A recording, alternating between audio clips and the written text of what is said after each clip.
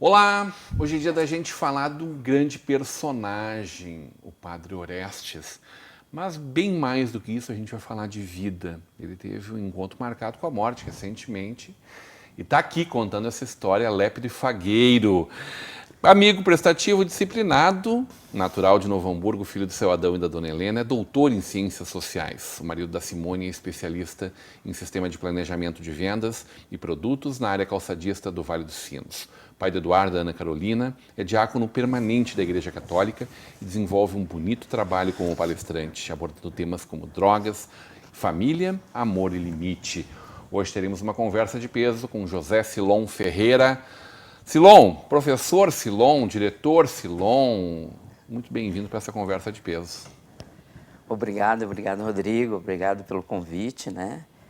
Quando eu recebi a ligação, fiquei muito contente, né, em poder vir dividir um pouquinho, né, das minhas experiências, dos meus projetos, né, dos meus medos também, né, mas também das conquistas, né, que junto com a minha família, né, a gente tem festejado durante esses meus 52 anos de idade. Né? Ô, professor, nós vamos precisar de mais umas 4h30 para conversar, pelo menos, claro, escolhendo alguns dos tópicos maravilhosos que a gente poderia falar. Porque esse homem é um shopping center. A gente estava conversando fora do ar, brincando aqui, tentando com a Duda dar um GC, né, que a gente chama de botar debaixo do nomezinho ali, José Silon Ferreira, querido Silon, como a gente apresenta ele, né, de tantas coisas que ele faz, de tantas ações que ele desenvolve, de tantas áreas da vida humana, das ciências sociais, em primeira e em última análise, que tu te envolves, te engajas e atua, né? Escolhemos nada simplesmente professor, claro, diretor da escola Seno Ludwig. Mas a gente poderia falar, por exemplo, do gestor de cursos técnicos da nossa INH, nossa parceira, essa escola de 190 anos, uma faculdade que chega a seus 15 anos, né, com um serviço prestado às nossas comunidades belo. Do escritor, que recentemente lançou o livro Padre Orestes Sbraiotto, um encontro de amor e vivências da... Libertadoras.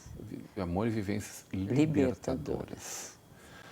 Mas vamos começar falando do Silon ali, nascido em Novo Hamburgo, mas criado na Zona Norte de São Leopoldo. Exatamente, né? É um lugar que já podia ser cidade lá atrás, né? Escolheu não ser. Escolheu não ser, exatamente. Né? Mas do lado de cá do rio, a gente brinca, né? São Leopoldo é do lado de lá do rio. Não. É uma São Leopoldo do lado de cá do rio. De cá do rio. E às vezes, né, pouco conhecida, né?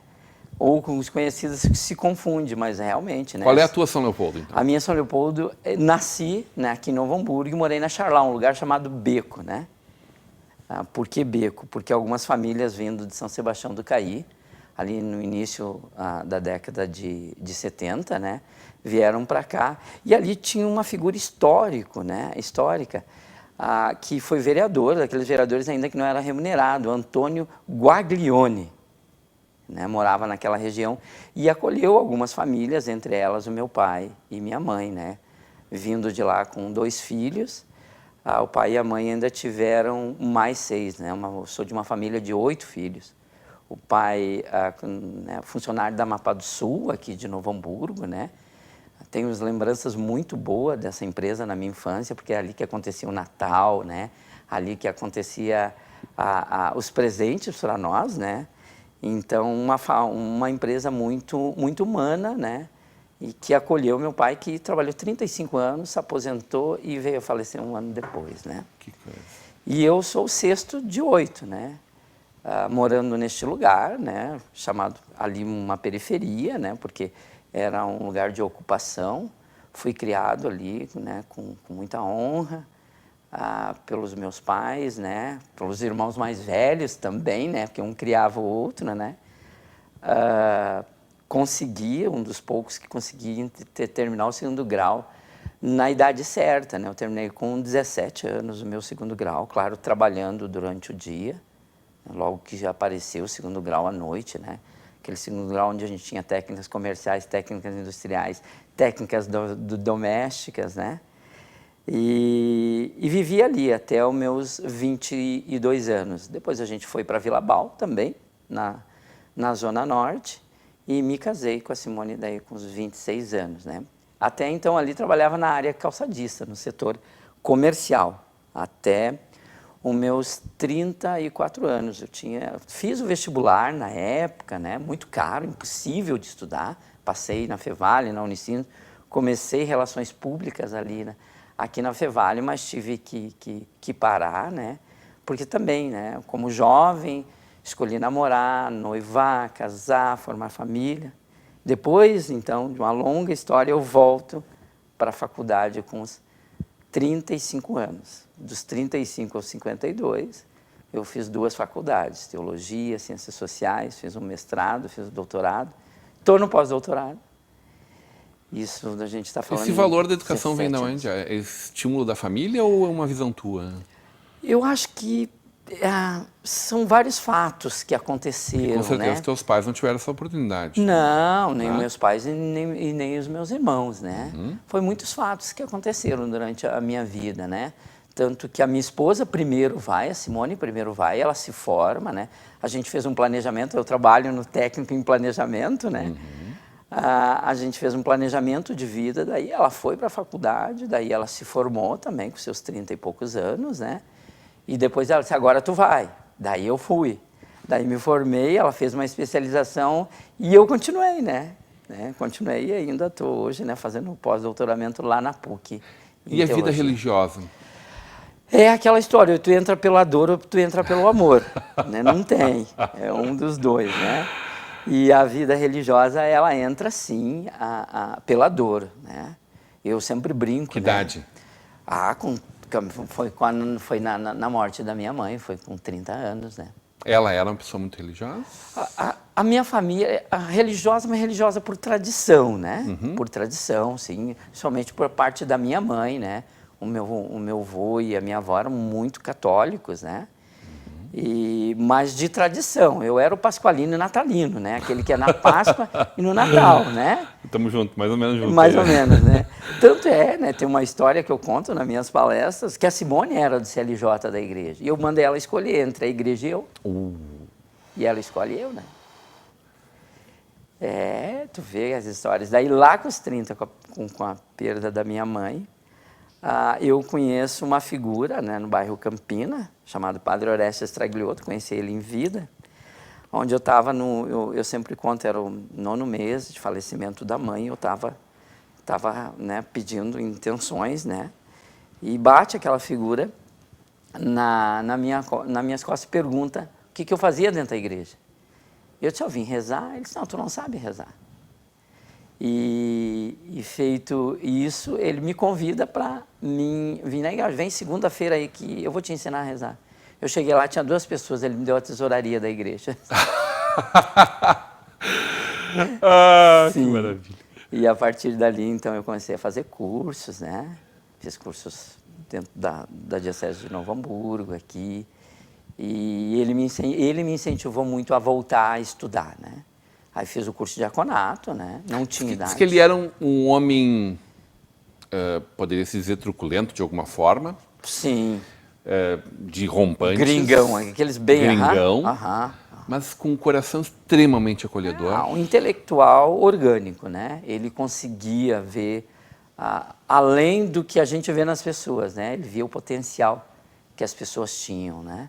Esse potencial de humanidade hoje que a gente sente falta hoje, né, nos grandes líderes. Tanto que ele não aparecia, né? No livro aqui eu escrevo, né? Ele deixa mais de 2.000 fotos, sendo nenhuma tirada pelo olhar dele. Nenhuma. Né? Ele deixa seus diários escritos, mais de 80 diários, Nossa. Todos escritos à mão desde 1956. Então, acho que a partir dali Um ele homem me que coloca... participou do movimento católico nos últimos 60 anos, aí, Sim. de todas as transformações que a igreja passa. Ele dá a volta no Concílio Vaticano II, né? Se tu lê os diários dele antes, provavelmente o Padre Adinho deve ter comentado, tu vê um Orestes, né? Depois tu leu, depois do Concílio Vaticano II, ele é um progressista, né? Aqui tu atribui esse clique nele? É alguém, é um conjunto, é a visão do Papa e que o concílio traz? O que converte ele dentro da própria fé dele? O concílio, né? As conferências, Puebla, Medellín, por ele ser um homem que lia muito, né? Ele trabalhou, isso tem muito a ver, interessante quando tu lê isso, ele trabalhou muito tempo dentro de uma biblioteca lá em Roma, né? Então ele lia muito. Então com isso, aí mostra a importância da leitura, né? Essa conversão, vamos dizer, dele, ou essa mudança dele, né, de paradigmas, de uma igreja que era mais transcendente para uma igreja que é eminente, sem perder o olhar transcendente, isso é muito importante, né? Quando tu lê os Porque a igreja deles. até então é essencialmente transcendente. Ela se perde nos seus caminhos lá da sua essência, da igreja de Pedro. Sim, de Atos dos Apóstolos, né? Se perde muito, né? E ela vai recuperar fazer... isso aí 1.900 anos depois. 1900... Ou, sei lá, 1.600, pode até ser que 300, 400 ela ainda era messiânica. É que não dá, porque também a igreja, se parar para pensar hoje, dentro da globalização, tu vai ver uma só. Mas se tu olhar ela fragmentada, a igreja da Itália, né, no interior da Itália, como é que tu analisa, né, uma paróquia no interior da Itália, no interior da Alemanha?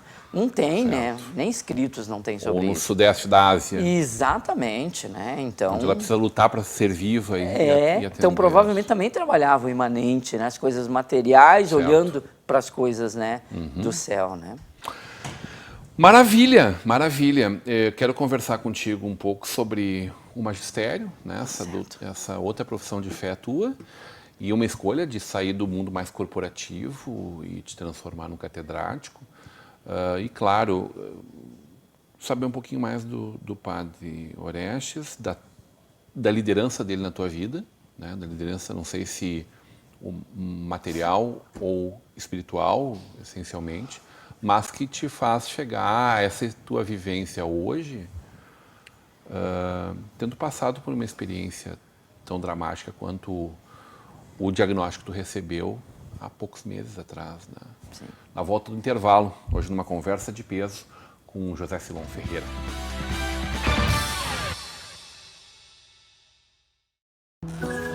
Quando você investe no Sicredi, você ajuda a movimentar a economia da sua região. E o seu investimento gera empregos e prosperidade. Mais do que isso, gera educação, programas sociais e desenvolvimento. Venha para o Sicredi e conte com um atendimento próximo, um amplo portfólio e a segurança de uma instituição com mais de 115 anos. Invista no Sicredi. Aqui, seu investimento rende mais do que dinheiro.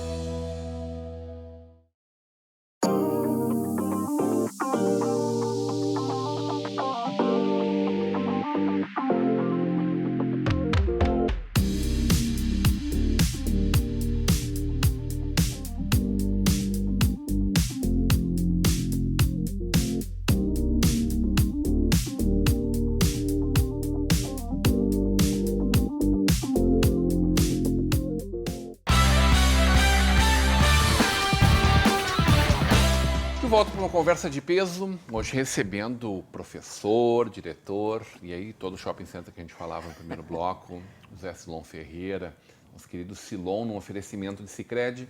Juntos construímos comunidades melhores, faculdade INH, que você vive o conhecimento, e quando a gente fala de faculdade, é importante dizer que os cursos técnicos estão englobados dentro desse grande guarda-chuva chamado INH, mas especialmente dentro da faculdade INH também, né? Que está lá o Silon à frente como gestor dos cursos da nossa INH, dos cursos técnicos da nossa INH, que prepara profissionais do mercado em áreas muito importantes, onde a gente tem uma carência enorme de profissionais, né? Mercator Feiras e Eventos, a gente tem um encontro marcado lá no Serra Parque Gramado em novembro, vem aí Nova Zero Grau, e o apoio de Locofer Fechaduras e Acessórios. Professor, a gente falava um pouquinho da tua trajetória no primeiro bloco, desse teu reencontro com a tua fé e da forma como acontece essa chegada, esse approach com o Padre Orestes, que vem a ser um livro teu lançado recentemente, né? Mas como é que se dá essa outra profissão de fé, hein? O magistério. Então, né? Essa era a provocação. Tu estava lá no ambiente corporativo, um homem de Eu negócios. tive empresa, né? Eu e meu irmão tivemos indústria de calçado de São Léo. Então. Né? Na caixinha estava lá um monumento lá, aquele de São Leopoldo, né? Nós tivemos durante 10 anos, né? Fechamos em 2001, a gente fechou. Aconteceu o Cavalito lá na Argentina, né? Todo mundo achou que o golpe viria de outro lugar, mas na verdade veio aqui de perto, né? E a gente acabou fechando a empresa. Foi aonde daí, nessas conversas com Orestes, né? Porque ele era o meu mentor, tanto espiritual, mas também olhava para a minha família. Quando eu falo família, eu, a Simone e até então nós já tinha o Eduardo. Foi onde ele me desafiou, né? Disse, olha, tu tem que ir para a faculdade, tu tem, né, condições. E tanto é que nos últimos 3 meses da vida dele, eu fui convidado para ir para a Europa com ele, que ele fazia missões lá, e de lá a gente ia trazer recursos, já que eu não estava mais na empresa, para mim voltar a estudar. Eu falei da Simone, apresentei a Simone no começo, mas não falei do Eduardo e da Ana Carolina. Exatamente. Filhos desse amor. O Eduardo hoje com 23 anos, a Ana Carolina com 16. E aí eu fui com ele, então, né, para a Europa, lá a gente fez missões, lá também me abriu muito a cabeça, né? Eu vim com um valor onde eu pude me manter durante 8 meses aqui, pagando a faculdade de teologia na Este. Nesse meio tempo, então, né, o Orestes já estava muito doente, isso foi 2002.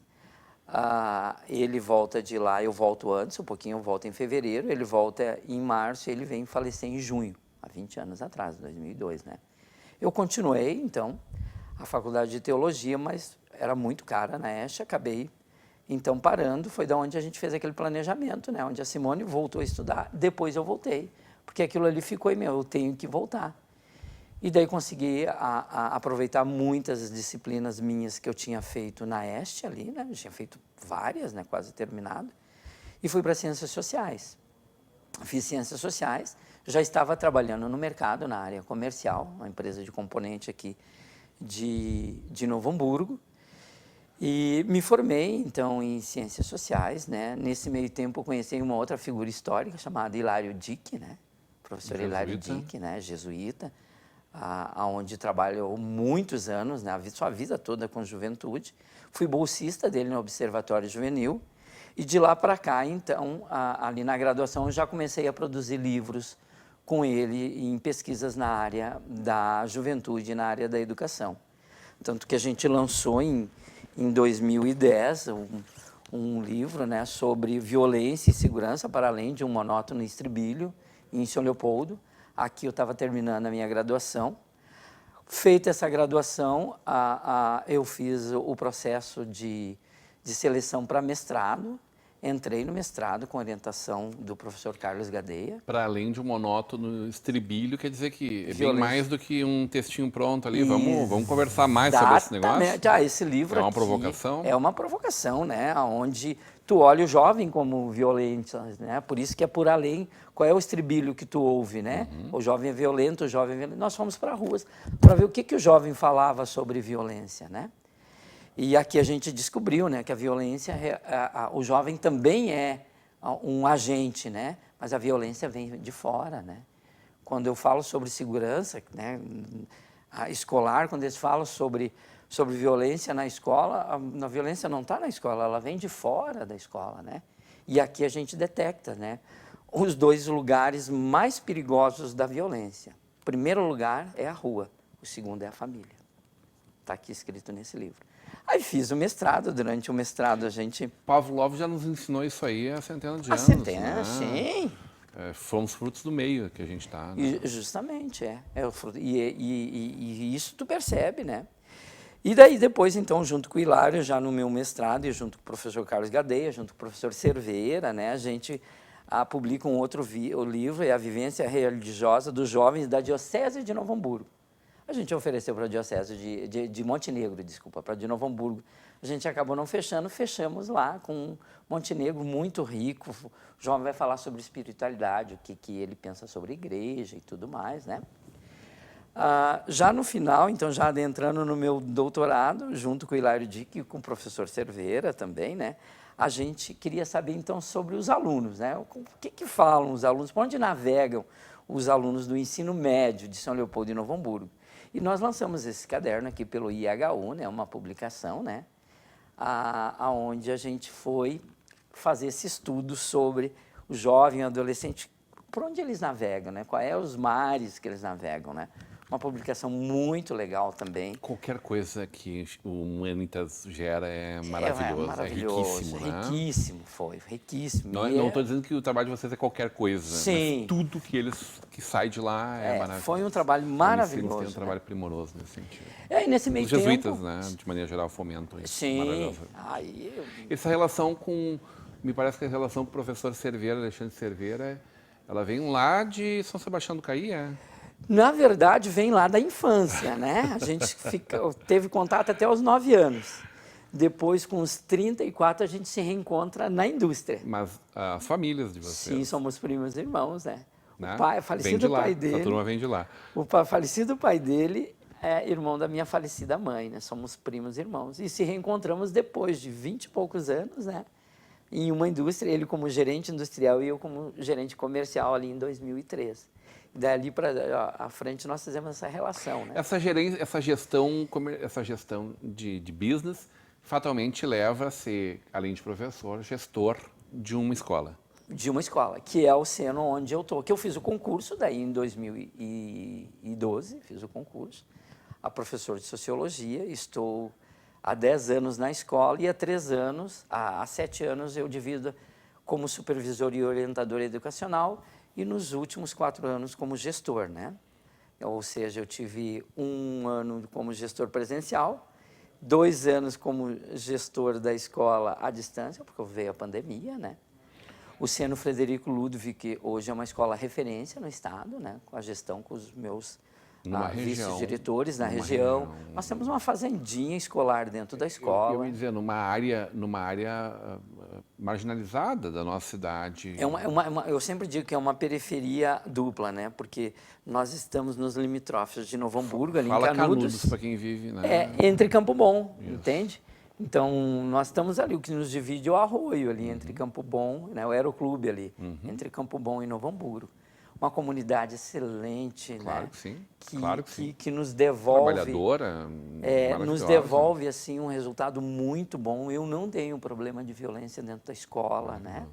A escola e a periferia está ganhando o que ela merece, né? Eu sempre digo, é o melhor. E com a INH, vocês trabalham juntos, tu, Cerveira, com mais uma equipe enorme, podendo gerir tantos cursos, quanto podendo promover uma integração maior com a comunidade profissional, que é o grande problema que eu acho que a gente tem da academia não conversar com o universo real, comercial, corporativo, com as indústrias, com empresas da nossa região. Né? Vocês estão fazendo esse link. Foi isso que nós desenvolvemos e fizemos a proposta para o diretor Seno, e ele aceitou, nos recebeu, que é desenvolver através do InCompany, né? Hoje, nós, junto com os cursos técnicos e com a faculdade, nós desenvolvemos o InCompany e nós fizemos essa relação com a comunidade, né? As escolas públicas, mas também com o setor privado, com a indústria, né? Perfeito. A gente fez um trabalho com a Bertex, hoje estamos dentro da INH, eu continuo dentro da Bertex ainda, fazendo esse trabalho de RH lá junto com o Gerson. Você também trabalhando com grandes empresas. Né? Sim, o Cerveira trabalha com a Clabin. Então, é um diferencial que nós temos hoje, levamos para dentro da INH. Não posso terminar essa conversa sem falar sobre esse diagnóstico, né? Que tu recebeste em que momento no ano passado? O ano passado, em março do ano passado, então, né, eu fui diagnosticado com com linfoma de Hodgkin, né? Foi um baque, né? Extremamente agressivo. Extremamente, estava em todos os órgãos meus, né? Foram 12 quimioterapias, né? Que fui muito bem atendido pela minha médica. Essas 12 quimioterapias foi de março até novembro, né? Tinha ainda a questão de fazer uma radioterapia, né? mas pelo cuidado, e eu digo assim, quando eu falo cuidado, aconteceu um milagre? Sim, aconteceu um milagre. Porque no momento que eu fui diagnosticado, eu fiz uma live, né?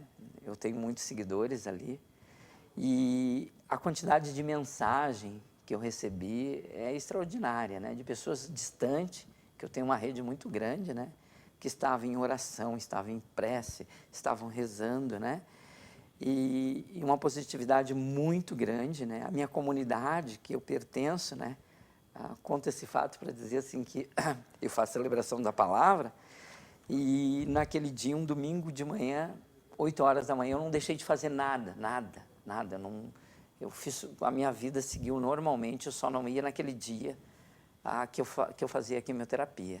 Aí eu fui celebrar um dia, tinha 4 pessoas, né? Daí vem aquele sentimento, né? Pá, até Deus, né? Esqueceu de mim, as pessoas nem na comunidade não foram. Por que me abandonaste? Porque me abandonaste, né? Fui para casa, frio, agora no mês de junho, né? Fui para casa, fui tomar meu café, de repente toca a campainha da minha casa, a ministra da Eucaristia, Zezinho, né? Eles me chamam de Zezinho. Eu não fui na celebração, mas eu queria te abraçar, porque eu soube do teu diagnóstico, né? Vem aqui na frente. Estava chovendo, um dia muito frio. Eu disse, eu vou ir, mas a minha imunidade está muito baixa, não vou poder te abraçar. E era um momento de pandemia. Eu abro o portão, tinha mais de 20 carros, né? Com carro de som fazendo, né? Essa homenagem. Eles não foram, mas a igreja veio. Estavam preparando uma sacanagem para ti lá. Uma sacanagem, né? Com a Nossa Senhora Aparecida. Para te destruir ali. Exatamente. Então ali mostrou, né? Sim, quem tem amigo tem Deus. Isso eu não tenho dúvida, né? Quem tem amigo tem Deus por perto. Simão, a gente vai ter que voltar para falar do Padre Orestes. Pois é, que fica o livro, né? Aqui. Que, claro, era um bom pretexto para a gente falar de ti, contar todas essas histórias. E, claro, eu acho que essa história do Padre Orestes, ela definitivamente não se estanca por aqui, né? Ele é um livro para exatamente perpetuar essa memória. Com isso também foi aberto um espaço lá, né? O Edinho conversou com a gente sobre isso também. Então está aberto para toda a comunidade, para conhecer melhor, para viver melhor, para recuperar essa memória, aquelas pessoas que de alguma forma participaram desse movimento nos últimos 40 anos, desde que ele chega em São Leopoldo em 82, né? Até quando ele falece em 2002, e os últimos 20 anos que vocês vêm conduzindo a obra dele, vão levando a verdade dele adiante. Exatamente. Obrigado pelo carinho conosco, sempre. Eu que agradeço, Rodrigo, né? Não dá para nomear todos, mas eu quero agradecer principalmente durante esse último ano as pessoas que cuidaram de mim, né? A INH cuidou muito de mim, o Seno Frederico cuidou muito de mim, a Bertex cuidou muito de mim, a minha comunidade, né? São Jorge e tantas e tantas amigas, né? E colocando tudo isso, quando eu digo cuidar de mim, cuidar da minha família, cuidar da minha esposa, cuidar dos meus 2 filhos, né? Mostrando todo esse carinho, né? Em que mostra e traz aquilo que Orestes mais pregava. Acredita no outro. Amém. Hoje uma conversa de peso com esse querido amigo, José Silon Ferreira, no oferecimento Sicredi, Faculdade INH, Mercator Feiras e Eventos e o apoio de Locfer Fechaduras e Acessórios. Continue com a programação da nossa Vale TV e da nossa rede comunidade de televisão.